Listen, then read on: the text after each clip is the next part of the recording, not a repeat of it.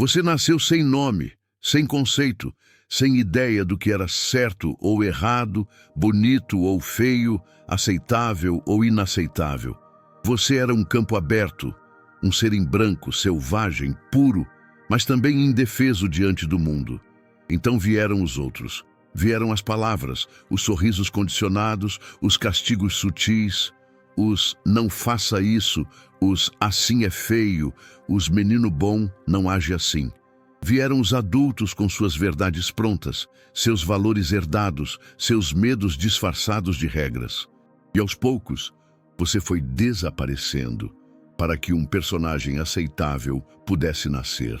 O que chamamos de identidade é, muitas vezes, apenas o conjunto de estratégias inconscientes que usamos para sermos amados e não abandonados. Você não é você. Você é a versão de sobrevivência de alguém que um dia teve que se esconder para continuar existindo. Carl Jung dizia: aquilo a que você resiste, persiste. E é exatamente isso que a construção do ego faz. Desde a infância, aprendemos que certas partes de nós devem ser celebradas e outras escondidas. Se você era espontâneo demais e isso incomodava seus pais, você aprendeu a ser quieto. Se era sensível e te chamavam de fraco, você aprendeu a se endurecer. Se era criativo e te chamavam de estranho, você aprendeu a se calar. E cada uma dessas lições deixou um rastro. Hoje, você vive como se fosse você, mas no fundo, apenas defende uma imagem que foi construída para se proteger. O ego, para Jung, não é o inimigo, mas é apenas o começo. O problema é que a maioria das pessoas nunca sai dele. Ficam presas no papel, confundem a máscara com o rosto, defendem sua personalidade como se fosse sagrada, sem perceber que ela é só a primeira camada de muitas que existem dentro de si. É por isso que tantas pessoas vivem com ansiedade, vazio, desconexão, porque estão tentando se realizar através de um eu que foi inventado, não descoberto. O sofrimento psicológico profundo, aquele que você não consegue explicar em palavras, que te paralisa sem motivo aparente, nasce dessa fratura entre o que você é e o que você se obriga a ser. É um cansaço existencial de manter uma farsa que você mesmo acredita, e é nesse ponto que começa o verdadeiro caminho. Quando você percebe que o eu que você defende com tanto orgulho pode ser apenas uma prisão elegante, com grades invisíveis e tapete confortável. A real liberdade não começa quando você conquista algo. Começa quando você duvida de quem pensa que é. Esse vídeo é um convite à ruína, um convite ao colapso da sua identidade falsa. Porque apenas quando ela cai, é que o verdadeiro eu tem espaço para nascer. Jung chamava isso de individuação. Mas antes disso, é preciso rasgar o véu, olhar no espelho e perguntar: quem está vivendo minha vida no meu lugar? Você acorda, se olha no espelho e pensa: esse sou eu. Mas o que você vê ali, sua expressão, seu corte de cabelo, sua forma de vestir, até o modo como caminha, é o resultado de uma série de decisões tomadas para ser aceito. A isso, Carl Jung deu o nome de persona, a máscara psicológica que você veste para funcionar em sociedade. Ela não é o problema. O problema é que você se esqueceu de que ela é uma máscara. A persona é o eu profissional que você mostra no trabalho. É o eu forte que aparece nas redes sociais. É o eu agradável que sobrevive nos jantares em família. Mas quem é você quando ninguém te observa? Quem é você quando não está interpretando? A maioria das pessoas nunca sabe, porque a persona tomou o controle da casa. Ela não é mais uma fachada. Ela virou o arquiteto. E sem perceber, você passou a chamar de alma aquilo que só é performance. A persona é essencial para viver em sociedade. Você precisa de uma identidade funcional. Precisa se vestir, se comunicar, operar dentro de estruturas. Mas quando essa máscara se gruda ao rosto, ela mata tudo o que é espontâneo, imprevisível, verdadeiro. E o pior, ela mata sem dor aparente, ela mata sorrindo, porque a persona é sedutora. Ela te dá reconhecimento, pertencimento, elogios, ela te dá seguidores, aplausos, segurança, mas tudo isso vem com um preço altíssimo, a sua alma. E quando você troca sua verdade pela aceitação dos outros, pode até parecer que está vencendo, mas por dentro está morrendo lentamente em silêncio. É por isso que você se sente esgotado, mesmo sem ter feito nada demais. É por isso que você se sente sozinho, mesmo rodeado de gente. É por isso que o elogio não te nutre e a crítica te destrói, porque você vive dependente do olhar do outro, vive escravo da aprovação. A persona é um filtro, ela mostra apenas o que você quer que vejam. Mas o preço de viver filtrado é que ninguém jamais vai te amar de verdade, porque ninguém jamais verá quem você realmente é. Só amarão o personagem. E você mesmo, no fundo, começa a odiar esse personagem, porque ele te protege, mas também te sufoca. Jung dizia que a persona é uma conquista, mas também um perigo, porque quanto mais eficiente ela é, mais fácil se perder dentro dela. O médico que se torna apenas médico, o pai que vira apenas pai, o influenciador que vira apenas conteúdo, o líder espiritual que vive apenas do papel. Todos esqueceram que são mais do que a função. E quando algo os tira dessa persona, um fracasso, uma traição, uma perda, eles colapsam, porque ti não existe mais nada por trás. Só um vazio que foi sendo ignorado por anos. E é nesse vazio que mora o verdadeiro eu. Para Jung, o trabalho de autoconhecimento exige coragem para descolar a persona da pele. E ao fazer isso, encontrar aquilo que foi sacrificado para que essa máscara pudesse existir. Porque por trás do bom moço, talvez haja raiva. Por trás da mulher forte, talvez haja fragilidade. Por trás do homem frio, talvez exista um coração partido. E tudo isso que você escondeu é o que precisa ser resgatado.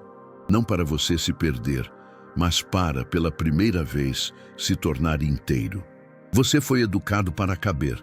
Desde muito cedo, aprendeu a medir suas palavras, conter suas emoções, esconder seus impulsos mais autênticos, tudo em nome de um ideal invisível chamado bom comportamento. Quando você chorava demais, te diziam que era exagero. Quando ria alto, te mandavam calar. Quando demonstrava curiosidade, te olhavam torto. E então, dia após dia, gesto após gesto, você entendeu o recado. Ser eu não é seguro. E decidiu adaptar-se. Abriu mão de partes inteiras de si mesmo para não incomodar. Silenciou o instinto, modulou o afeto, escondeu a dor. A criança viva que você era foi substituída por um personagem educado, eficiente, elogiado, mas não feliz. Porque esse eu adaptado, que você sustenta até hoje, foi treinado para agradar, não para viver. Esse processo é tão sutil que você nem percebe. Você acha que é gentil, mas talvez só tenha medo de confronto. Acha que é racional, mas talvez só tenha aprendido a negar o que sente. Acha que é confiável, mas talvez só tenha treinado a ser previsível para não perder o afeto do outro. Tudo que você chama de qualidade pode ser apenas uma defesa sofisticada contra o abandono. Jung não via isso como um defeito, mas como uma tragédia humana. Somos levados a amputar a nossa essência para conquistar a aprovação. E quanto mais nos aplaudem, mais perdidos nos tornamos. Porque esses aplausos não são por quem somos, são pelo que fingimos ser. Esse eu adaptado se comporta como um escudo. Ele te protege da rejeição, da crítica, do abandono, mas também te isola da vida real. Porque a verdade é que você só se sente realmente vivo quando está inteiro, com suas falhas, com seus instintos, com seus impulsos e desejos. O eu adaptado vive pedindo permissão para existir. Pede desculpas por sentir demais. Pede licença para ser quem é. E o resultado disso é um sujeito exausto, ansioso, dividido, que não sabe mais se está fazendo o que quer ou o que esperam dele. E quando você vive assim por tempo demais, o corpo começa a gritar. A mente entra em colapso, porque a alma não foi feita para ser domesticada. Quantas vezes você já disse sim, querendo dizer não? Quantas vezes engoliu o choro? Quantas vezes sorriu por fora e gritou por dentro? Esse é o preço do eu adaptado. Um eu que funciona, mas não vibra. Que entrega, mas não sente. Que sobrevive, mas não se encontra. E o mais cruel de tudo, o mundo vai te recompensar por isso. Vai te chamar de maduro, equilibrado, bem resolvido. Vai te elogiar pela sua calma, pelo seu controle, pela sua performance. E cada elogio vai enterrar um pouco mais o seu verdadeiro ser. Aquele que já nem sabe mais como respirar livremente. Jung sabia. O primeiro passo para a cura é perceber que você se adaptou demais, que construiu uma personalidade inteira sobre concessões e que está na hora de se rebelar contra esse roteiro. Não para destruir tudo, mas para integrar o que foi banido, para resgatar o instinto que virou culpa, o desejo que virou medo, a força que virou silêncio, porque só quando você para de se adaptar ao olhar do outro é que começa de verdade a ser você. Desde o momento em que você nasceu, havia olhos te observando. Não eram olhos neutros. Eram olhos carregados de expectativa, medo, projeção. A mãe projetava o filho ideal. O pai esperava um reflexo de si. A família esperava obediência. A escola, disciplina. A religião, pureza. A sociedade, eficiência. E antes mesmo de aprender a andar, você já estava sendo moldado para não ser você. Cada gesto espontâneo era avaliado. Cada impulso natural, corrigido. E nesse processo invisível, você foi domesticado. Não como um animal selvagem que aprende a viver com humanos, mas como uma alma viva que aprende a se encolher para caber num mundo que só aceita aquilo que é conveniente. Jung sabia que o ambiente molda a psique, mas também advertia. A domesticação do ser humano tem um custo altíssimo. O que você chama hoje de personalidade era, em boa parte, um sistema de sobrevivência mental forjado ao longo da infância. O cérebro infantil absorve tudo como verdade. Se você foi ignorado, você aprendeu que não era importante. Se foi punido por sentir raiva, aprendeu a sorrir falsamente. Se foi elogiado só quando tirava nota alta, aprendeu que precisava performar para merecer amor. Você não foi ensinado a ser você. Foi treinado para obedecer, para agradar, para se encaixar. E toda essa doutrinação silenciosa não forma um adulto livre. Forma um adulto ansioso, com medo de errar, com culpa por dizer não, com vergonha de ser quem é.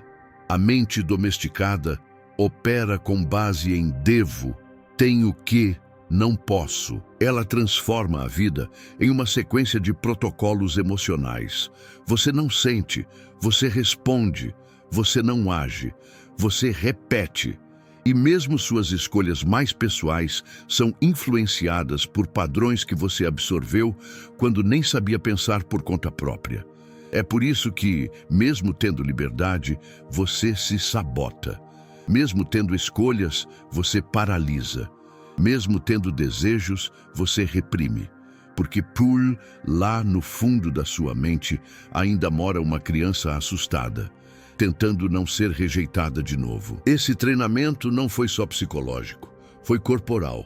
Seu corpo também aprendeu a se calar, a endurecer, a travar o peito, a morder a língua, a contrair o estômago. Cada célula carrega memórias de contenção. E quando a alma tenta emergir, seja por meio de um impulso, de um choro, de uma intuição, a mente domesticada aperta o botão de alerta. Isso não é permitido. E você recua, se adapta, se cala, se perde. E assim, o ciclo continua. Porque quem controla a mente domesticada não é você, é o passado. Mas há um ponto de ruptura, um momento em que a alma começa a gritar mais alto que o condicionamento, em que o vazio se torna insuportável, em que você percebe que está vivendo a vida que esperavam de você, não a que você escolheria. E aí, se tiver coragem, você começa a questionar, a desmontar, a desconstruir. Jung chamava isso de confronto com a sombra. Mas antes disso, vem o rompimento com a mentira. O reconhecimento brutal de que você foi treinado para não ser você. E de que talvez a maior missão da sua vida seja lembrar de quem você era antes de ter que se adaptar. Você acha que está ganhando quando é elogiado, quando é chamado de educado, controlado, bem-sucedido. Você acha que está vencendo quando todo mundo diz que você é alguém maduro, equilibrado, forte, mas no fundo há um preço alto demais sendo cobrado. Porque para sustentar essa imagem, essa persona social que você construiu, você precisa sacrificar o que sente de verdade. Precisa calar o medo, esconder o desejo, negar a dor. E assim, você vai apagando suas cores para caber num mundo que só aceita tons neutros. Carl Jung sabia disso. Toda persona eficiente exige uma alma enjaulada. E quanto mais você é aceito, mais longe está de si mesmo. A vida interior começa a apodrecer de tanto silêncio. O instinto, o grito, a paixão, a fúria criadora, tudo vai sendo engolido pela máscara. Você já se perguntou por que sente tanto tédio? Por que a vida parece cinza, mesmo tendo tudo no lugar? Por que se sente esgotado mesmo em dias em que não aconteceu nada? Isso não é falta de tempo, nem de energia, é ausência de alma, porque viver para sustentar a persona exige esforço constante. É como se você fosse um ator em cena permanente, com as luzes acesas 24 horas por dia.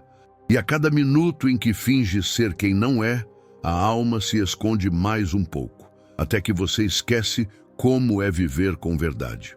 A persona começa como proteção e termina como prisão. Esse processo é tão disfarçado que você pode passar décadas sem perceber. Pode construir carreira, família, patrimônio, fama, e ainda assim acordar no meio da noite sentindo um vazio inexplicável. Porque nada disso preenche o buraco deixado por uma alma que não foi vivida. Jung dizia que a persona é um contrato social. Você cede uma parte de si para viver em grupo.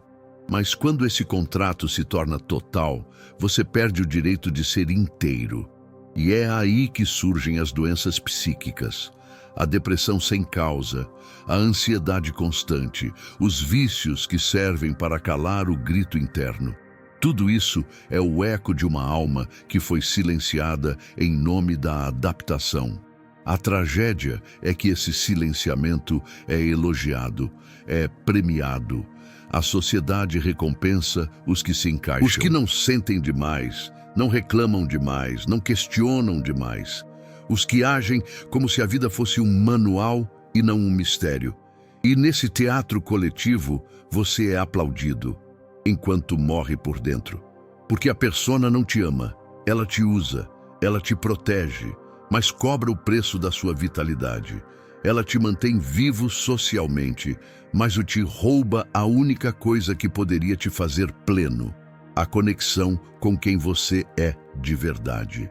Mas há uma saída, e ela começa quando você para de acreditar nos elogios. Quando começa a suspeitar que talvez sua força seja apenas anestesia, que sua paz seja apenas conformismo, que seu equilíbrio seja apenas medo de sentir.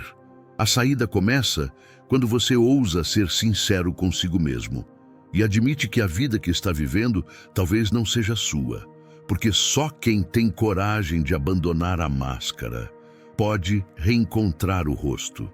Imagine que você vive em uma casa com dezenas de cômodos, mas decidiu trancar a maioria deles. Trancou porque disseram que era perigoso. Trancou porque você teve medo do que poderia encontrar lá dentro, e então passou a viver em um único quarto, pequeno, organizado, iluminado, onde tudo é previsível. Esse quarto é o ego. Os cômodos trancados são a sua sombra. Carl Jung chamava de sombra tudo aquilo que você não aceita em si mesmo, aquilo que reprime, nega, esquece. Mas o que é negado não desaparece, apenas se esconde e espera. A sombra não é o mal. A sombra é o que você se recusa a ver. E é exatamente por isso que ela tem poder sobre você. Desde criança, aprendemos que algumas emoções são feias, que certos desejos são errados, que alguns pensamentos devem ser banidos. Então, ao invés de elaborá-los, nós os enterramos. Raiva, tranca. Inveja, tranca. Vaidade, tranca. Medo, tranca. Desejo, tranca. E quanto mais trancamos, mais essa sombra cresce, porque a sombra é como um porão abafado. Quanto mais você o ignora, mais ele apodrece.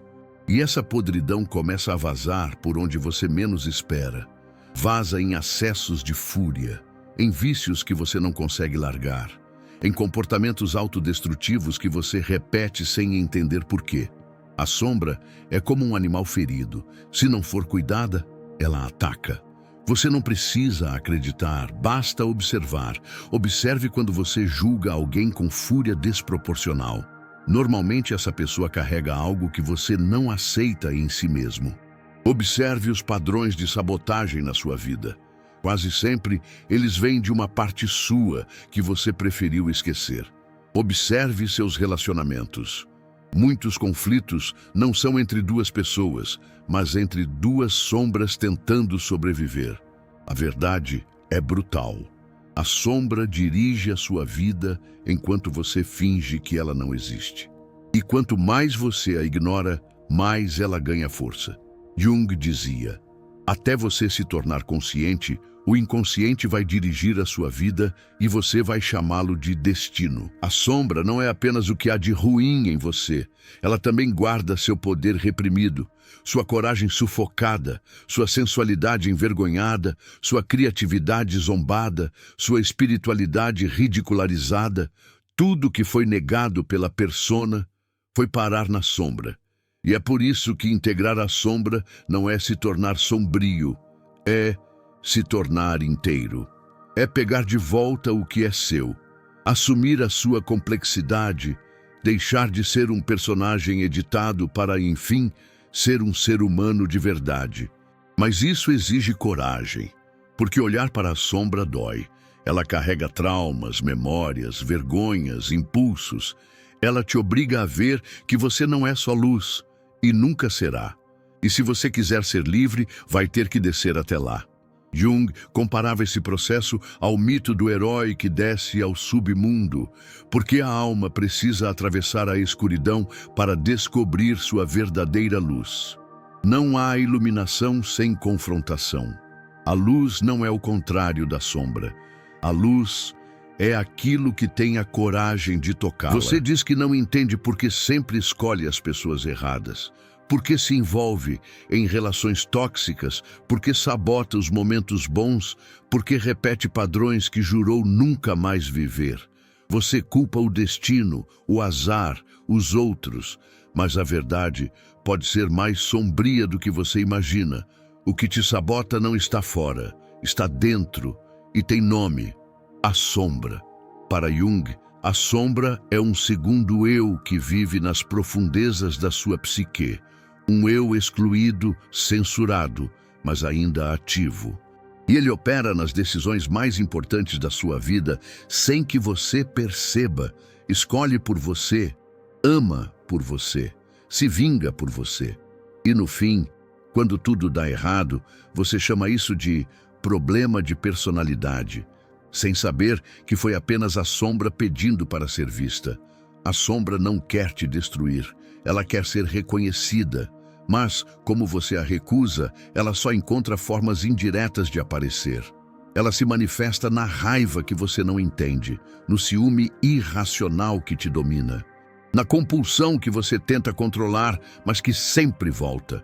nos sabotadores que sussurram no seu ouvido: você não é bom o suficiente, você vai falhar de novo, ninguém te ama de verdade. Essas vozes internas não são verdades, são pedaços da sua psique que você abandonou e que agora te atacam, porque só sabem sobreviver assim. O que você não integra te corrói, e quanto mais tenta se livrar, mais profundamente você se afunda. Observe seus relacionamentos. Quantas vezes você atrai pessoas que despertam em você as partes que você tenta esconder? Se você reprime a sua raiva, atrai quem a provoca. Se reprime o seu valor, atrai quem te diminui. Se reprime o desejo, atrai quem te manipula por meio dele.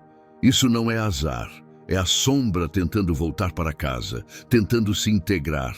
E enquanto você continuar apontando o dedo para fora, vai perder a chance de enxergar o que está desintegrado por dentro.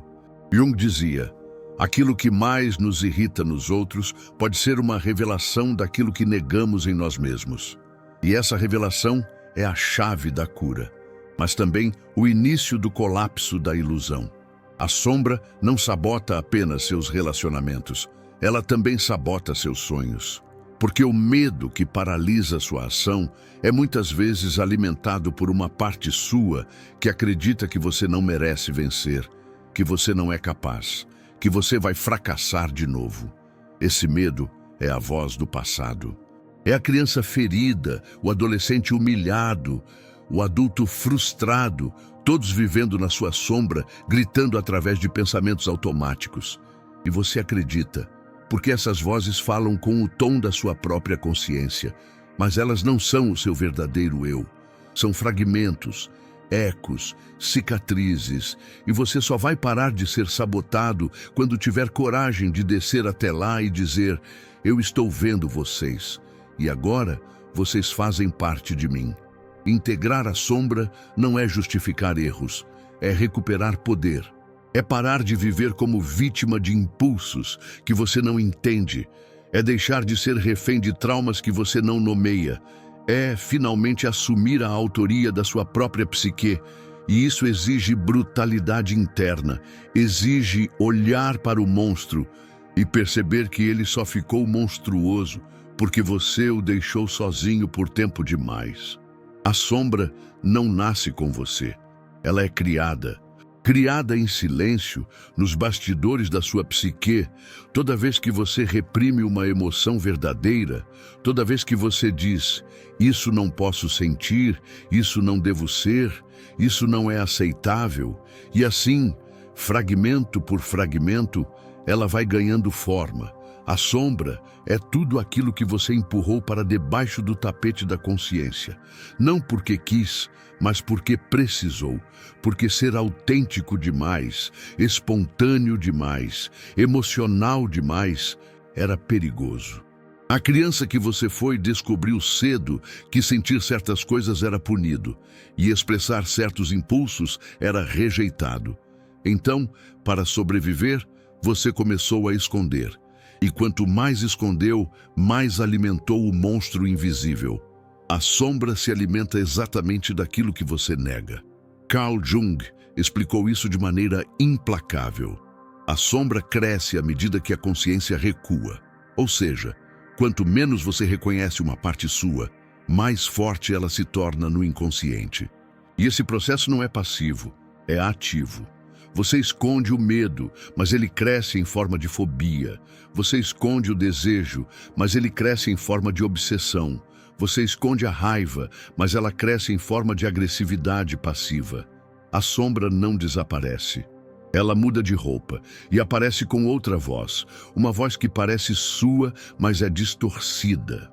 E aí você age de forma estranha, explode sem motivo, se sabota sem perceber e depois diz: eu não sei o que me deu. O que te deu foi a sombra tentando existir, mesmo que pelas beiradas. A sombra é como um espelho embaçado.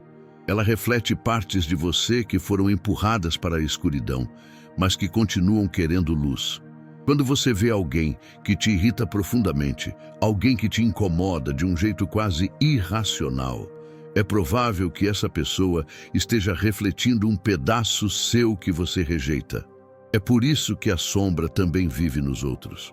Porque tudo aquilo que você reprime dentro de si, projeta fora de si. Você vê nos outros o que não suporta reconhecer em si. E essa projeção é a armadilha perfeita, porque enquanto você luta contra o reflexo, esquece de encarar o espelho. Mas a sombra não é feita apenas de pecados. Ela também é feita de tudo que é intenso demais para o mundo. Sua espontaneidade reprimida, sua potência sufocada, sua liberdade temida. A sombra também carrega luz, mas uma luz que foi condenada porque assustava, porque te tornava diferente, porque fazia você sair do controle social. E então você decidiu se esconder para ser aceito, mas toda luz reprimida se transforma em dor. A alma que não pode brilhar apodrece por dentro, e é aí que surgem os vazios que você não consegue preencher. Porque não é o mundo que está te faltando, é você. Jung não via a sombra como inimiga. Ele a via como parte do processo de individuação. Ou seja, só se torna inteiro quem reconhece e integra sua sombra. Quem para de fingir que é só luz. Quem tem coragem de olhar para dentro e dizer, isso também sou eu. O problema é que quase ninguém faz isso. A maioria prefere seguir anestesiada, reagindo aos comandos de uma psique dividida, culpando os outros, buscando soluções externas para feridas internas. Mas nada muda até que você mude o foco, até que você desça até o porão, até que você se olhe no escuro e diga, eu vim te buscar. Você acha que está enxergando o outro, mas o que vê, de verdade, é você mesmo. Não a parte consciente, bem resolvida, editada, mas aquilo que está escondido, aquilo que você não quer ver, aquilo que você jurou que não era. Jung chamava isso de projeção. O mecanismo inconsciente através do qual você transfere para o mundo externo conteúdos internos que não aceita em si mesmo. Ou seja, tudo que você não integra, você projeta. E o resultado disso é devastador. Você não se relaciona com as pessoas como elas são, mas como espelhos distorcidos da sua sombra. Você sente ódio, nojo, repulsa, admiração obsessiva e acha que isso é sobre o outro. Mas não é. É sobre você. Imagine que você tem dentro de si uma raiva que nunca aprendeu a expressar. Talvez porque te ensinaram que sentir raiva era feio, violento, errado. Você enterrou essa emoção, escondeu, mas ela não morreu. Ela se deslocou. E agora, quando vê alguém sendo agressivo, você explode. Não porque aquela pessoa mereça tudo isso, mas porque ela despertou a parte de você que está trancada. É assim que a projeção funciona. Ela transforma o outro em palco para as suas guerras internas. E quanto mais você nega uma parte sua, mais intolerante se torna com quem a expressa. A projeção também acontece nos elogios. Aquela admiração cega, aquele encantamento exagerado por alguém, pode ser sinal de que você está vendo nele uma parte sua que ainda não teve coragem de viver. O brilho do outro te atrai porque reflete uma luz que existe em você, mas que foi reprimida. É por isso que amores obsessivos surgem. Não porque o outro seja especial, mas porque ele encarna algo seu que você perdeu. A projeção, então, não é só rejeição, é também idealização. E nos dois casos, ela rouba sua capacidade de ver a realidade como ela é. O problema da projeção não é só psicológico, é existencial. Porque enquanto você vê o mundo como tela para sua sombra, você se afasta da verdade e se afasta dos outros. Relacionamentos viram campos de batalha onde suas feridas disputam território. Você não escuta, interpreta, não dialoga, reage, não ama, exige. Porque tudo está sendo filtrado pelo inconsciente não resolvido. Jung dizia, conheça todas as teorias, domine todas as técnicas, mas ao tocar uma alma humana, seja apenas outra alma humana. E isso só é possível quando você deixa de projetar e começa a assumir o que é seu. Mas como saber o que é projeção? O primeiro sinal é a intensidade. Sempre que algo te irrita demais, ou encanta demais, ou machuca demais de forma desproporcional, pare, olhe para dentro, pergunte: o que isso está revelando sobre mim? A sombra não fala com lógica, ela fala com intensidade, e essa intensidade é o rastro que te leva até ela. Mas é preciso coragem. Porque parar de projetar significa assumir que o problema nunca foi só o outro. Que o mundo é, em grande parte, um reflexo do que está mal resolvido dentro de você. Desfazer as projeções é um processo lento, mas libertador. É o caminho para relações verdadeiras, para escolhas autênticas, para uma vida onde você para de culpar os outros por feridas que você mesmo precisa curar. Porque no fim das contas, o outro é só o espelho. E o que você vê nele é o que ainda não aceitou em si. Você pode ignorar a sua sombra por anos, pode negá-la, reprimi-la, racionalizá-la. Pode dizer que ela não existe, que já superou tudo, que está em paz. Mas a sombra não precisa da sua permissão para existir. E quanto mais você a nega, mais ela ganha força nos bastidores da sua mente. Carl Jung alertava: se você não torna consciente o que está no inconsciente, ele dirigirá sua vida e você o chamará de destino. Isso significa que, ao reprimir sua escuridão, você não está se livrando dela, está apenas entregando o volante da sua vida para ela. Está dando as chaves da sua psique a um hóspede que você se recusa a conhecer. E quando ele assume o controle, você nem percebe. Só sente o caos. A sombra não é um vilão externo, ela é o seu lado exilado, abandonado, não reconhecido. E quando você não a integra conscientemente, ela se infiltra nas suas decisões, nas suas palavras, nas suas ações. É ela que te faz destruir relações por orgulho, que te faz sabotar conquistas por medo, que te faz buscar punição quando deveria buscar cura. A sombra é o sabotador silencioso que habita sua rotina. E como você não o enxerga, acha que é o mundo que está errado, que as pessoas te perseguem, que a vida é injusta. Mas a verdade é que você está sendo manipulado por uma parte sua que você se recusa a reconhecer. Negar a escuridão não te torna iluminado, te torna cego. E essa cegueira é perigosa. Porque quando você não enxerga a si mesmo, começa a se tornar cruel com os outros. A repressão interna vira julgamento externo. A raiva contida vira violência disfarçada. O medo não enfrentado vira controle sobre quem está perto. Jung dizia que aquilo que você reprime em si mesmo, você acaba impondo aos outros. E é por isso que tanta gente do bem causa tanto mal. Porque a bondade que não integra a sombra vira moralismo. E o moralismo é a máscara perfeita da hipocrisia. Quem se acha puro demais, normalmente está tomado por uma sombra que se disfarça de virtude. A sombra também se vinga. Quando ignorada por muito tempo, ela encontra um modo brutal de aparecer, através de crises, um colapso emocional, um término inesperado, um vício que explode, uma doença psicossomática. Tudo isso pode ser o grito da alma pedindo atenção. Não é azar, não é castigo, é um chamado. É a sombra dizendo: chega de fingir. O perigo não está em sentir a sombra. Está em continuar fingindo que ela não existe. Porque essa negação não só adoece sua mente, adoece sua alma. Integrar a escuridão não é se entregar ao caos. É criar espaço interno para que o caos possa se tornar consciência. É reconhecer a raiva e aprender a canalizá-la como força. É olhar para o medo e transformá-lo em atenção. É escutar a dor e transformá-la em compaixão.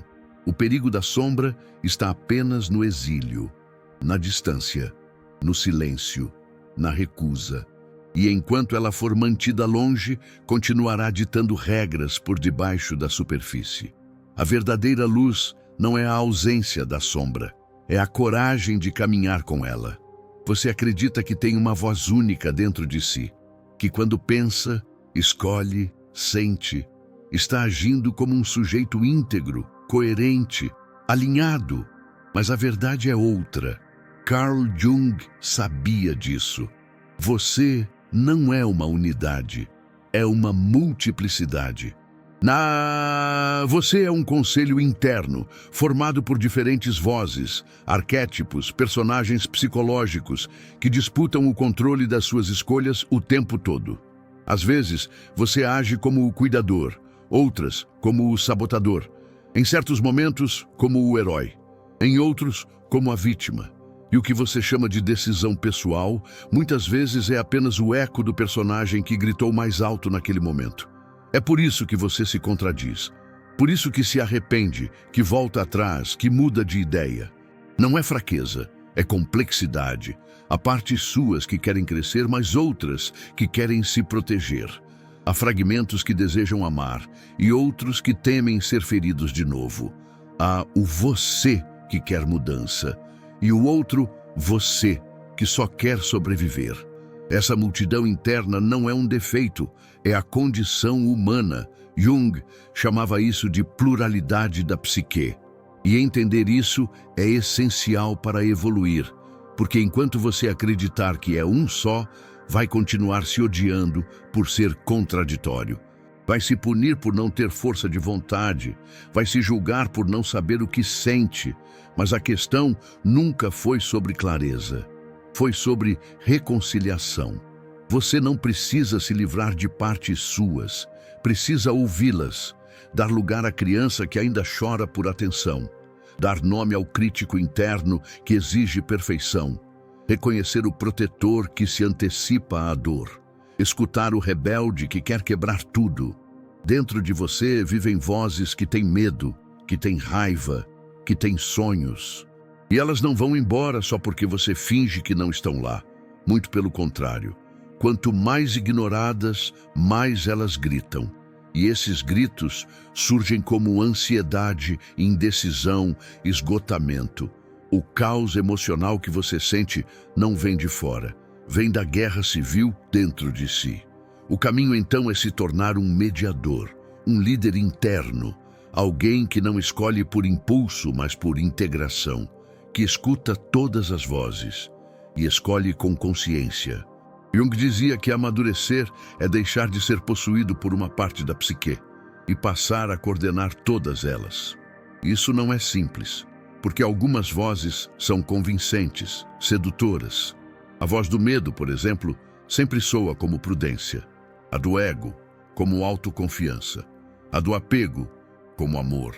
Mas, se você não desenvolver a escuta profunda, será manipulado por vozes internas que não representam o seu eu essencial, mas apenas fragmentos que sobreviveram a traumas. Você não é o medo, mas precisa escutá-lo. Não é a raiva, mas precisa compreendê-la.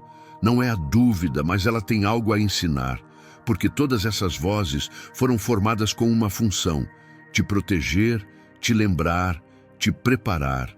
E se você aprender a integrar, ao invés de combater, você se torna alguém inteiro, alguém que pode escolher com clareza, agir com firmeza e sentir com liberdade, porque não está mais sendo sequestrado por uma parte interna, mas guiado pela totalidade do que é. Você acha que é livre, que pensa por conta própria, sente por conta própria, decide por conta própria, mas o que Carl Jung descobriu é algo profundamente perturbador. Há forças invisíveis dentro de você que não foram criadas por você, mas herdadas. São os arquétipos, estruturas psicológicas universais, padrões antigos como a humanidade que organizam a maneira como você enxerga o mundo, as pessoas e a si mesmo. Você não nasce vazio, você nasce com um mapa simbólico dentro de si. E é esse mapa que molda sua forma de amar, de temer, de lutar, de fugir, de desejar, de sofrer. Os arquétipos não são personagens inventados, são realidades psíquicas que atravessam todas as culturas. Em toda civilização existiram mitos do herói, da mãe, do velho sábio, do rebelde, do inocente, da sombra, da anima, do pai tirano, da grande mãe devoradora. Esses padrões não são coincidência. Eles moram no inconsciente coletivo, uma camada profunda da mente que você compartilha com toda a humanidade. Jung descobriu que esses arquétipos se ativam dentro de você conforme as fases da sua vida, os traumas que você vive, os desafios que enfrenta. E quando um arquétipo assume o controle, você começa a viver como se fosse um mito em carne e osso. Por exemplo, quando você enfrenta um grande obstáculo, pode ser tomado pelo arquétipo do herói. Sente que precisa provar seu valor, que deve lutar contra tudo e todos, mesmo sem entender por que está tão obcecado com vitória. Ou, ao contrário, pode ser dominado pela vítima, aquele que só enxerga injustiça, que repete "por que comigo?", que se recusa a agir porque acredita que tudo está contra si. Em um relacionamento pode ativar a ânima ou o animus, idealizando o outro como metade perdida, colocando expectativas irreais, confundindo amor com dependência simbólica. Isso não é só emoção. É a ativação de uma estrutura psíquica arquetípica. E quanto mais inconsciente você é, mais dominado será por esses padrões, porque os arquétipos não pedem permissão. Eles apenas encontram brechas na sua psique e tomam forma. Um pai ausente pode ativar em você o arquétipo do buscador. Um trauma profundo pode te lançar na jornada do ferido. Um sucesso repentino pode evocar o tirano. Você muda de humor, muda de postura, muda de narrativa, mas na verdade você só está interpretando o papel que aquele arquétipo exige naquele momento. A maioria das pessoas passa a vida inteira presa a 2 ou 3 arquétipos principais, repetindo as mesmas cenas emocionais com personagens diferentes. O segredo não é destruir os arquétipos, é conhecê-los, identificá-los. Perceber quando você está sendo possuído por um. Jung dizia que a individuação, o processo de se tornar quem você é, passa obrigatoriamente pelo reconhecimento dos arquétipos que habitam você. Porque só quando você reconhece o que é universal, pode descobrir o que é singular. Os arquétipos são moldes, mas sua alma é única, e só quem sabe em que moldes foi colocado consegue rompê-los. A liberdade psicológica não é ausência de padrões, é consciência sobre os padrões que te habitam. É saber que você carrega dentro de si o guerreiro e o frágil, o nobre e o sabotador, a mãe cuidadora e a mãe sufocante, e que cada um desses personagens tem algo a ensinar. Mas nenhum deles deve tomar conta de tudo, porque no centro de tudo isso existe você, não o você domesticado, nem o você moldado pela sociedade, mas o você que emerge quando consegue olhar todos esses arquétipos nos olhos e dizer: eu reconheço vocês, mas quem escolhe agora sou eu. Você está em cena o tempo todo. E, sem perceber, repete falas antigas, reage com gestos decorados, age como se a vida fosse um roteiro invisível que alguém escreveu para você. Mas o autor desse roteiro não é o mundo, nem o destino, é o seu inconsciente. Carl Jung mostrou que todos nós, em maior ou menor grau, vivemos presos a papéis psicológicos, arquétipos que se instalam em nosso sistema emocional e guiam nossas atitudes sem que percebamos. São papéis que herdamos, que aprendemos, que absorvemos da cultura, da infância, da dor. E com o tempo, deixamos de ser pessoas para nos tornarmos personagens. Um dos papéis mais comuns e mais celebrados é o herói. Aquele que quer vencer, superar, provar seu valor. O herói é forte, determinado, corajoso, mas também é obcecado, rígido, incapaz de mostrar fragilidade. Ele não descansa, não admite derrota, não suporta falhar. E quando a vida o derruba, como inevitavelmente acontece, ele entra em colapso, porque não aprendeu a ser humano, só aprendeu a ser vencedor. E assim, o que começou como força se transforma em prisão. O herói acredita que está vencendo, mas por dentro está sempre exausto e solitário. Do outro lado mora o covarde, aquele que foge, que hesita, que paralisa. O covarde foi machucado cedo demais. Foi julgado, exposto, humilhado. E agora, toda vez que a vida o chama, ele responde com medo. Prefere se esconder, se justificar, se proteger. Mas o mais cruel é que ele se esconde por trás de argumentos lógicos. Não é o momento certo. Não estou pronto. Isso não é para mim. Só que por trás disso tudo, o que existe é pânico. E quanto mais o covarde comanda, mais a vida passa, sem ser vivida. Em outro canto da sua psique, vive a vítima. Ela não quer vencer. Ela só quer ser vista. Quer que alguém diga: você tem razão. A vida foi injusta com você. E às vezes, foi mesmo. Mas a vítima se apega à dor como identidade. Alimenta o sofrimento como se fosse uma medalha.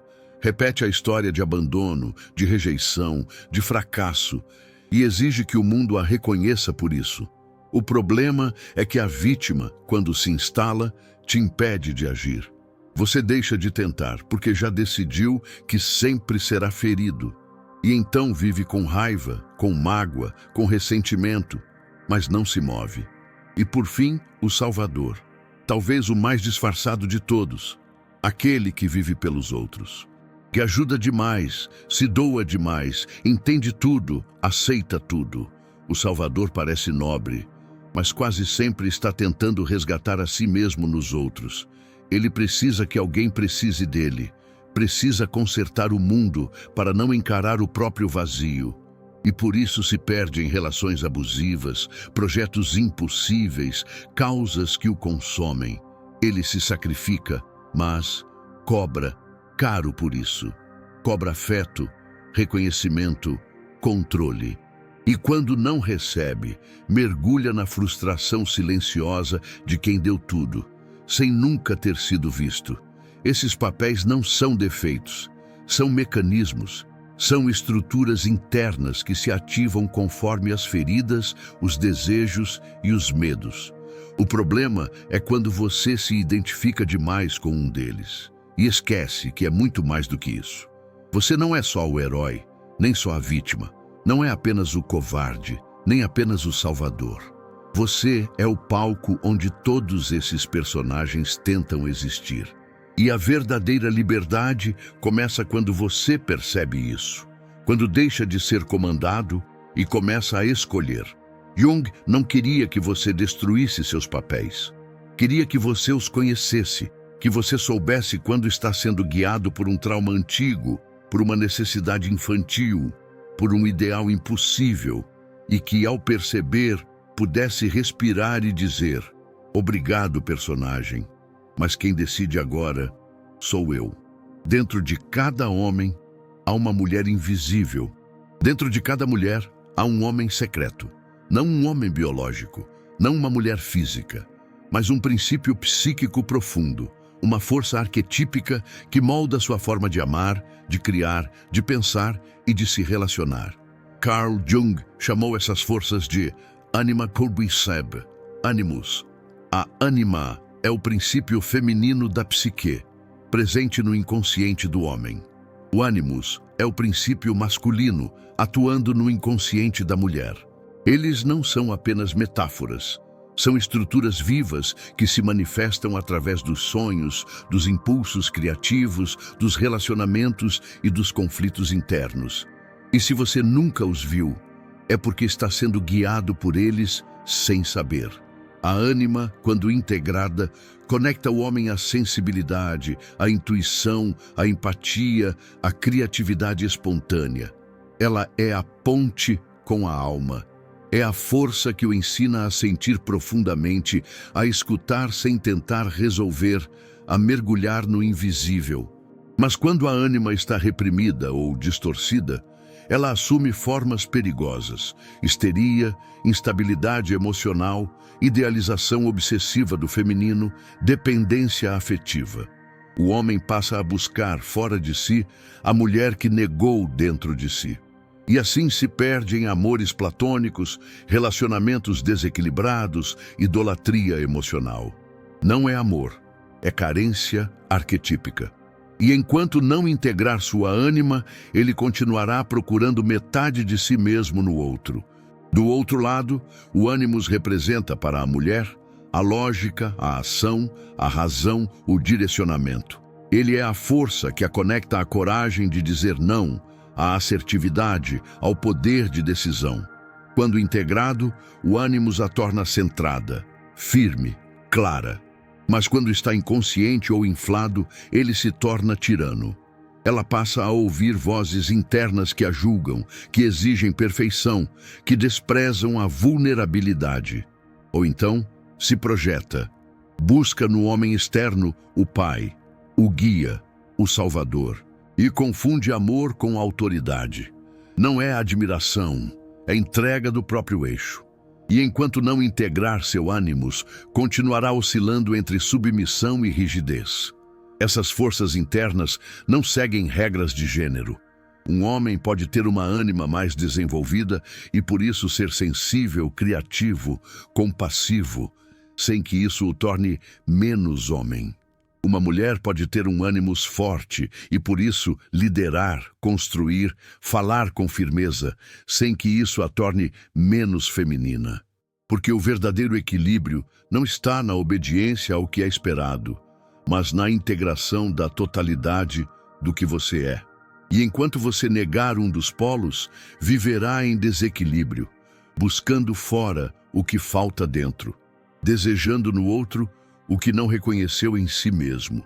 A ânima e o ânimos não são defeitos a serem corrigidos, são potências a serem acolhidas. Jung dizia que o encontro com essas figuras interiores era inevitável, em sonhos, em relações, em crises emocionais. Eles aparecem, mesmo que disfarçados, pedindo para ser vistos. E sua missão não é expulsá-los, mas dançar com eles, escutar o que tem a dizer. Porque cada vez que você reprime um desses princípios, está reprimindo metade da sua alma. E nenhuma alma sobrevive pela metade. Integrar o ânimos e a ânima é um ato de coragem. É olhar para o outro, homem, mulher, companheiro, companheira, não como um complemento que te salva, mas como um espelho que te revela. É assumir que a sensibilidade não enfraquece o homem, que a firmeza não desumaniza a mulher, que ser inteiro é muito mais subversivo do que ser adequado, e que no silêncio da psique, todos nós somos feitos da mesma matéria, luz, sombra, força e amor. Você não está só dentro de si. Você é habitado por vozes que não são apenas suas, vozes que vêm de muito antes da sua história começar, que carregam os medos, os mitos, os desejos e as dores de milhares de gerações que existiram antes de você nascer. Carl Jung chamou essa dimensão profunda da mente de inconsciente coletivo, um reservatório psíquico comum a todos os seres humanos, onde estão armazenadas as experiências arquetípicas da humanidade. Não é uma memória pessoal, é uma memória ancestral, uma camada profunda da psique, onde você não é indivíduo, você é humanidade. No inconsciente coletivo vivem os símbolos universais: o nascimento, a morte, o renascimento, a mãe, o pai, o herói, o inimigo, a sombra, o guia. Tudo isso não são apenas conceitos, são estruturas psíquicas vivas que te influenciam desde o nascimento. Quando você sonha com uma queda, com um oceano, com um labirinto, não está apenas refletindo algo seu, está acessando um símbolo que é compartilhado por toda a espécie. Jung descobriu que pessoas de culturas completamente distintas, sem nenhum contato entre si, produziam imagens semelhantes em sonhos e mitos, porque lá no fundo, todos temos o mesmo chão simbólico. E esse chão é mais poderoso do que você imagina, porque ele influencia seus impulsos mais profundos.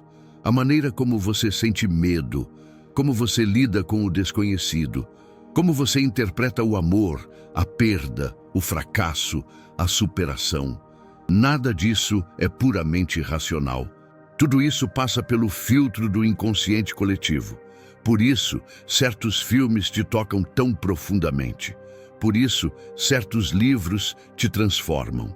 Por isso, certos arquétipos, como o do herói, da mãe ou do sábio, te movem sem que você saiba explicar. Eles falam com uma parte sua que está além do ego, uma parte ancestral, mítica, primitiva e real. O inconsciente coletivo também é o campo onde os traumas se perpetuam. Se a sua linhagem carregou guerras, repressões, exclusões, tudo isso continua vibrando dentro de você, mesmo que você não saiba. Você pode estar vivendo um medo que não começou em você, um bloqueio que não é seu, mas herdado, uma culpa que vem de muito antes. Jung não via isso como superstição, mas como estrutura. O inconsciente coletivo é um sistema, e sua psique é apenas uma das manifestações dele. Reconhecer isso não é abrir mão da sua individualidade, é aprofundá-la. É entender que você faz parte de algo muito maior, que seus sonhos não são só seus, que seus medos têm raízes mais antigas, que suas escolhas carregam às vezes séculos de silêncio, e que o caminho da individuação não é apenas um caminho de autoconhecimento, é um caminho de reconexão com a humanidade, com os mitos, com os símbolos, com o sagrado que mora na psique. Jung dizia: quem olha para fora sonha, quem olha para dentro desperta. E quando você olha para dentro de verdade, encontra uma floresta, e nela, vozes que pertencem a todos os tempos. O inconsciente coletivo não é um inimigo, ele é solo, fonte, origem, mas também pode ser prisão se você não souber que ele está ali. Porque quem vive dominado por padrões arquetípicos sem reconhecê-los, vive repetindo histórias antigas, dramas que não são seus, escolhas que já foram feitas, destinos que já estavam traçados. Mas quando você traz luz a esse campo, se torna autor e deixa de ser só mais um personagem da história humana, para se tornar alguém que, de dentro da história, ousou escrever um novo capítulo. Existe um momento na vida, silencioso, íntimo e intransferível, em que todas as máscaras caem, em que as vozes externas se calam, em que o barulho da rotina já não consegue mais abafar o chamado que vem de dentro. É nesse instante que você se depara com o self. Não o eu social, o eu adaptado, o eu ferido, mas o centro profundo da sua psique, a totalidade viva que observa tudo, inclusive seus personagens. Carl Jung chamava de self essa instância sagrada da alma, que não se confunde com o ego, nem com os papéis que você aprendeu a interpretar. O self não quer que você vença, quer que você desperte. E esse despertar só acontece quando você tem coragem de se despir de tudo o que não é. O self é quem você realmente é, quando ninguém está olhando. É a consciência silenciosa por trás das emoções, a presença que resiste às histórias, a essência que atravessa as identidades. Ele é a união do que você mostra e do que você esconde, do que você aceita e do que você rejeita, do que você se orgulha e do que você tenta esquecer. Ele não está nem na luz, nem na sombra, mas na integração. O self não exige pureza, exige verdade. E por isso é tão difícil acessá-lo. Porque antes é preciso atravessar o ego, enfrentar a sombra, reconhecer os arquétipos, calar o ruído, e só então talvez tocar esse núcleo silencioso que pulsa dentro de você desde o começo. O encontro com o self não é uma iluminação mística, nem um êxtase repentino. É uma lucidez firme e inegociável. É o momento em que você para de se definir pelo que tem, pelo que faz, pelo que dizem, e começa a existir como presença, como alguém que não precisa mais provar nada, porque sabe profundamente quem é. Esse encontro não vem da lógica, vem da coragem de se esvaziar, de deixar morrer a imagem construída, de abandonar os personagens, os discursos, os rótulos, e ficar nu diante de si mesmo. Jung dizia que o self é como o sol da psique, está sempre lá, mesmo quando está nublado. O problema é que o ego quer ocupar esse lugar. Ele quer ser o centro, quer comandar. E por isso, resiste ao self com todas as forças.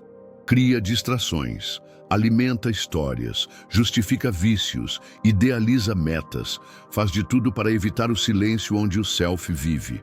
E enquanto você estiver identificado com o ego, o self parecerá uma ideia distante, uma abstração. Mas o self não precisa ser acreditado, precisa ser vivido. E ele se revela nos momentos mais simples, no choro que você finalmente permite, no não que você diz sem culpa, no abraço em que você não finge, na presença em que você não quer impressionar ninguém. Nessas pequenas mortes do ego, o self floresce. O encontro com o self é também o início de uma nova responsabilidade, porque uma vez que você sabe quem é, não pode mais viver como se não soubesse, não pode mais fingir, não pode mais se trair. Você pode até cair, mas saberá que está caindo. Pode até errar, mas não vai mais se esconder atrás de desculpas, porque o self não exige perfeição. Ele exige inteireza. E isso transforma tudo. Porque a vida deixa de ser uma performance e se torna uma expressão. Você para de buscar sentido e começa a viver como se fosse o próprio sentido. Esse é o verdadeiro renascimento. Não um novo você, mas o retorno ao que sempre esteve lá.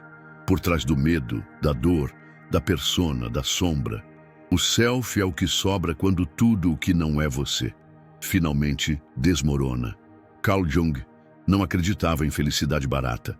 Ele não prometia fórmulas rápidas, nem caminhos fáceis. O que Jung oferecia era uma jornada, longa, dolorosa, brutal, mas absolutamente necessária. Uma jornada que ele chamou de individuação.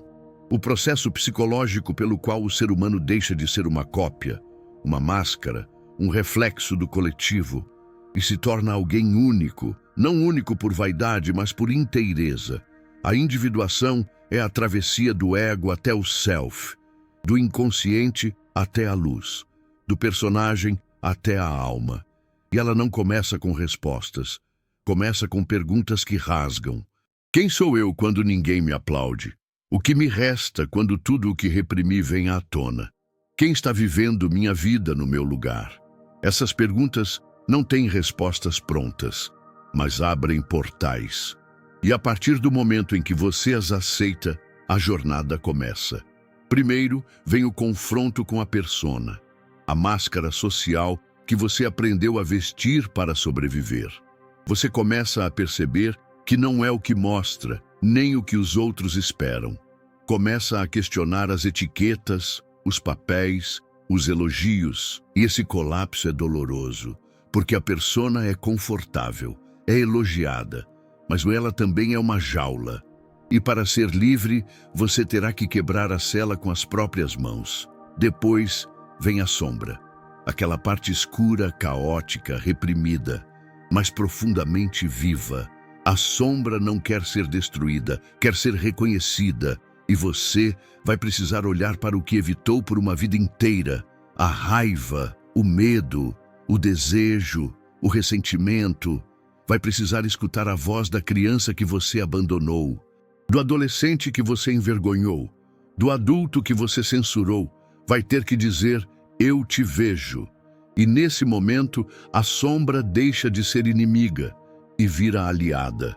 Então, vêm os arquétipos, os mitos internos que te dominaram sem que você percebesse. O herói exausto, a vítima ressentida, o salvador compulsivo, o covarde envergonhado, o tirano interno que exige perfeição. Todos esses personagens vão aparecer e você terá que atravessá-los como quem atravessa uma floresta escura. Não para negá-los, mas para saber que eles estão aí. E só então você poderá escolher, porque só escolhe quem reconhece os impulsos que o movem.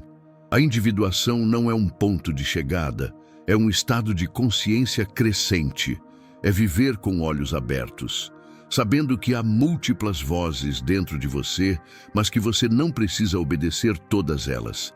É agir com lucidez, é sentir com responsabilidade, é amar sem se perder, é errar sem se destruir, é existir sem se explicar. Porque você já não vive mais para agradar, compensar ou se esconder. Você vive porque está inteiro.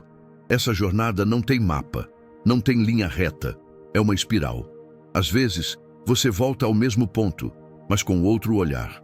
Às vezes, cai de novo, mas agora entende por que caiu. E cada vez que repete um ciclo, um pouco mais da sua alma se revela. Jung dizia: a individuação é a realização do self, ou seja, o florescimento daquilo que você sempre foi, mas que precisou se perder para reencontrar. No final das contas, a individuação não é um processo de se tornar algo novo, é um processo de se lembrar do que sempre esteve lá. Por trás das histórias, das dores, das máscaras, você não nasceu para ser igual, nem para viver anestesiado. Você nasceu para ser inteiro, e o caminho para isso é o mergulho mais corajoso que alguém pode fazer, o mergulho em si. Você quer mudar, quer se curar, quer viver com mais verdade, mais presença, mais leveza. Mas o que quase ninguém te diz, e o que Carl Jung sempre soube, é que a cura real não é um remédio, é uma morte. Não uma morte física, mas uma morte simbólica, um colapso interior, uma ruptura profunda com tudo aquilo que você acreditava ser. A cura verdadeira exige que algo em você morra, o ego inflado, a persona mentirosa, os papéis herdados, as máscaras que te protegeram por uma vida inteira. Tudo isso vai ter que cair, vai ter que sangrar, vai ter que apodrecer e ser enterrado, porque não existe renascimento sem luto e não existe consciência sem sacrifício. Você não se cura ficando mais positivo, nem repetindo frases prontas, nem ignorando a dor. Você se cura quando aceita desmoronar, quando permite que a estrutura interna, aquela que sustentava suas mentiras mais bem elaboradas, finalmente quebre. Porque só no pó, só nos escombros, só na noite escura da alma, é que a verdade aparece. A verdade não grita, ela sussurra, depois que todo o resto silencia. E esse silêncio só acontece depois da morte simbólica, depois que você para de se explicar, de se justificar, de tentar entender tudo com a mente. A cura é um fim, e só depois do fim vem o começo. Essa morte não é voluntária. Ninguém acorda dizendo, hoje quero morrer por dentro. Ela chega como crise, como perda, como ruptura, como uma sequência de eventos que parecem injustos, mas que no fundo estão te despindo. A morte simbólica é o divórcio que te faz encarar sua carência, a falência que revela seu apego à validação, a traição que expõe sua ilusão, a depressão que derruba sua persona otimista, o colapso que desmascara sua identidade, e você sofre, se revolta, se sente perdido, mas se tiver coragem de atravessar, sem correr, sem fugir, sem fingir, você renasce. Porque do outro lado dessa morte não há mais personagem, só você, sem maquiagem, sem armadura, sem escudo, e é nesse estado de ruína lúcida que você começa a viver de verdade. A cura não é voltar a ser quem você era, é descobrir quem você nunca teve permissão de ser. E para isso, o você antigo vai ter que morrer. O você que agrada, o você que convence, o você que se sabota. Cada camada vai cair e vai doer, porque você se apegou a elas, porque elas te protegeram. Mas agora te sufocam, e chegou a hora de deixá-las ir. Jung sabia que a alma não evolui por conforto, ela evolui por confronto. E o confronto mais brutal é com o que você foi. É quando você olha para tudo o que construiu, carreira, imagem, narrativas, e admite: isso não sou eu. Essa é a morte, o instante em que o antigo já não serve, mas o novo ainda não chegou. Um limbo psicológico, uma travessia sem mapa, mas absolutamente sagrada. Porque só quem se permite morrer está pronto para nascer de novo. A verdadeira cura não é um destino, é um processo cíclico. Você vai morrer e renascer muitas vezes. Vai perder a fé e reencontrá-la em outro lugar. Vai deixar de acreditar em certezas e descobrir algo muito maior. A verdade não é uma frase, é um estado de ser. E você só chega lá quando tudo o que não é você finalmente colapsa. Você teme a solidão, a evita, a cobre com barulho, com distração, com vínculos frágeis e vazios momentâneos. Anda com o celular na mão, com a agenda cheia, com a mente ocupada, tudo para não escutar o que o silêncio revela. Mas Carl Jung sabia o que a maioria se recusa a aceitar. A solidão não é castigo, é portal. Ela não vem para te punir, vem para te devolver a si mesmo. Porque só quando o mundo se cala, você escuta o que sua alma sempre tentou dizer. A solidão profunda, aquela que não é ausência de companhia, mas presença intensa de si, é o solo fértil onde o self brota, onde a individuação começa a enraizar, onde o renascimento encontra espaço para acontecer. É na solidão que as máscaras perdem sentido, que as respostas automáticas cessam, que os papéis sociais desabam. Porque não há mais ninguém para impressionar, ninguém para agradar, ninguém para sustentar o teatro. Resta apenas você, diante de você. E nesse espelho nu, você começa a perceber o quanto se traiu, o quanto se escondeu, o quanto deixou a vida escorrer pelos dedos por medo de não ser aceito. O silêncio revela não apenas o que você sente, mas o que você perdeu. E é nesse luto, não por algo externo, mas por si mesmo, que o reencontro acontece. A solidão, no entanto, assusta, porque ela obriga você a deixar de ser alguém para o mundo e começar a ser alguém para si. Obriga você a sair do vício da validação, a abandonar o aplauso, a romper com a dependência emocional que te fazia sentir necessário. Jung dizia: solidão não significa estar só, mas estar consigo mesmo. E estar consigo exige coragem, porque você terá que encarar sua bagunça, seus ruídos, seus vazios. Terá que limpar a casa da alma, e isso é doloroso.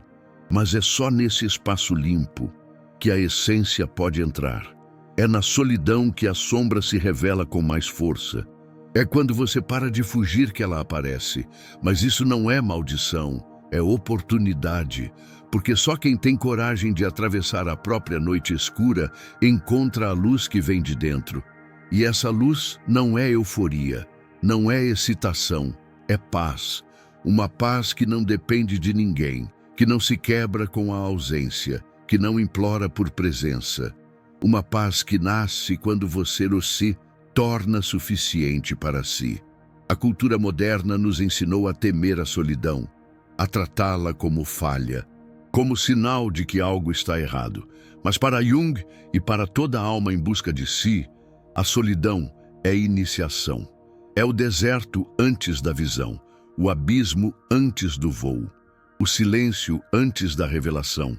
Todo grande processo de individuação exige recolhimento. Um tempo de ruptura com o coletivo, com a multidão, com o ruído, porque o self não fala alto, ele sussurra, e para escutá-lo é preciso silêncio. A solidão não é ausência, é presença plena. Não é abandono, não é vazio, retorno. É o espaço onde o novo pode nascer, e você só compreende isso quando para de pedir que o outro te preencha e começa a preencher a si com verdade. Porque no fim, a única companhia que você jamais poderá evitar é a sua. E enquanto não aprender a estar com ela, estará sempre, mesmo cercado de gente, completamente só. Chegou o fim, mas não um fim no sentido comum, um fim no sentido junguiano, um fim que é, na verdade, nascimento. O depois de mergulhar na persona, confrontar a sombra, identificar os arquétipos, visitar o inconsciente coletivo e encarar o self, sobra você. mas não o você que foi moldado para agradar, nem o que foi ferido demais para sentir, nem o que vive repetindo histórias que não são suas. O que sobra é o que você conseguiu integrar. Porque no fim de tudo, você não é seu nome, seu histórico, seu trauma, sua conquista. Você é o que foi capaz de acolher sem se destruir. O que foi capaz de ver sem fugir. O que foi capaz de sentir sem se perder. Carl Jung nos ensinou que a verdadeira identidade não é um rótulo, é um processo de reconciliação entre as partes. O ego com o inconsciente, a luz com a sombra, o masculino com o feminino, a dor com o amor, a razão com o símbolo. Tudo aquilo que você separou por medo precisa ser unido por coragem. A alma não quer pureza, quer inteireza. E o ser humano inteiro não é o que superou tudo, mas o que atravessou sem negar nada. Não é o que venceu todas as batalhas, mas o que voltou de todas elas mais lúcido, mais compassivo, mais presente. Você passa a vida tentando responder "Quem sou eu?" e acredita que essa resposta está em frases bonitas, em títulos, em identidades fixas. Mas o eu verdadeiro não é um ponto fixo, é um movimento. Você é o que se transforma, o que se cura, o que se revela. Você é aquilo que foi capaz de incluir, inclusive as partes que jurou que nunca faria parte de você. Jung dizia: tornar-se consciente é um trabalho impopular, porque envolve dor.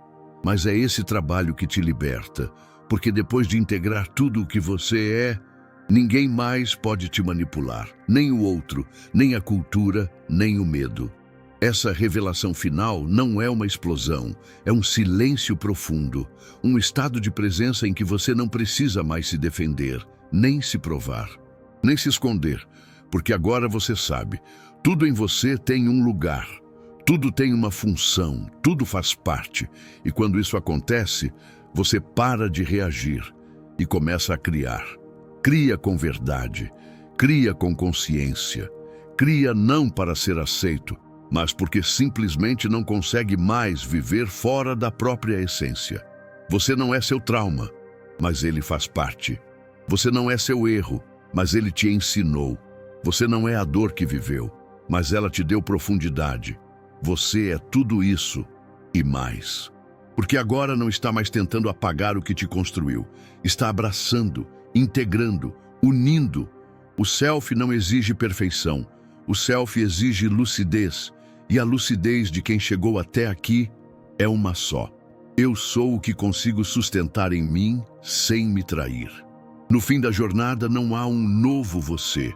Há o Bund você real, que sempre esteve lá, esperando que você tivesse coragem de voltar para casa. Você passou a vida tentando ser alguém, tentando agradar, vencer, se encaixar. Mas talvez a verdadeira jornada nunca tenha sido sobre conquistar o mundo, e sim sobre conquistar a si mesmo.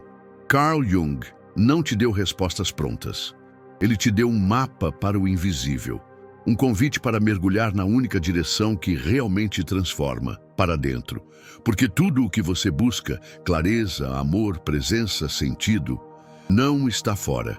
Está no centro da sua própria alma. E esse centro só se revela quando você deixa de fugir do que sente e começa a caminhar com tudo o que é. Você não precisa se tornar perfeito, não precisa eliminar a dor, não precisa apagar o passado, só precisa ter coragem de olhar, de escutar, de abraçar, porque a verdadeira libertação não está em apagar partes suas, está em incluir todas elas. E quando você conseguir fazer isso, vai parar de buscar aprovação, vai parar de se sabotar, vai parar de repetir os mesmos erros, porque pela primeira vez vai estar inteiro. E só quem está inteiro pode caminhar com verdade. Se esse vídeo te tocou de verdade, compartilhe. Não porque precisamos de números, mas porque o mundo precisa de consciência. Comente aqui embaixo. O que você viu em si ao escutar Jung? Qual parte de você precisa ser integrada agora? Se inscreva no canal para continuar essa jornada de profundidade, coragem e lucidez. Este canal é para quem já cansou de fingir, para quem não aceita mais viver anestesiado, para quem decidiu olhar para dentro, mesmo que doa, porque só quando você para de fugir é que começa a ser livre.